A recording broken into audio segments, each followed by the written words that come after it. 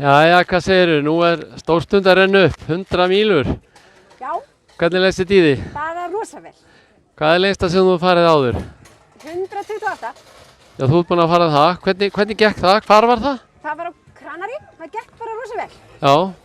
Þannig að Hvað heldurðu munurinn á því hlaupi? Þetta auðvitað lengra en svona, þú veist að því að veðurfarið er öðruvísi þar. Heldurðu að veðrið hafi eitthvað að segja núna?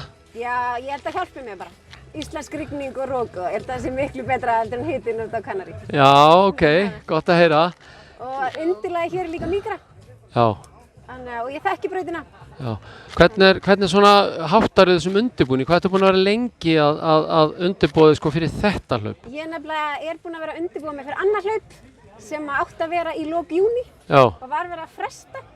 Þannig að ég tók ákvörðun á þriðjudaginn að hlaupa þetta. og var það hlaupað svipari vegalengd eða? Það var sko 7 daga hlaup sem átti í heildina að vera 280. Já, ok. En þar átti ég að hlaupa með þungan poka. Já, já. Þannig að mér finnst ég mjög létt í dag. Já, hérna svona fara 3 hringi, hvernig svona hausinn, hvernig ætlar að fara með hausinn? Sko ég fór þetta 2 hringi 2019 Já, og þá var það bara ekkert mál. Það var bara nýtt hlaup, byrjaði á nýjum hring og ég bara vona að verði svoleiðis núna líka. þannig að þetta er greinilega ekkert mál. Ég veit ekki alveg það, en þá var ekkert mál að fara af stað í seinni hringi. Nei, heyrðu, frábært, takk fyrir þetta, gangið rosalega vel. Takk.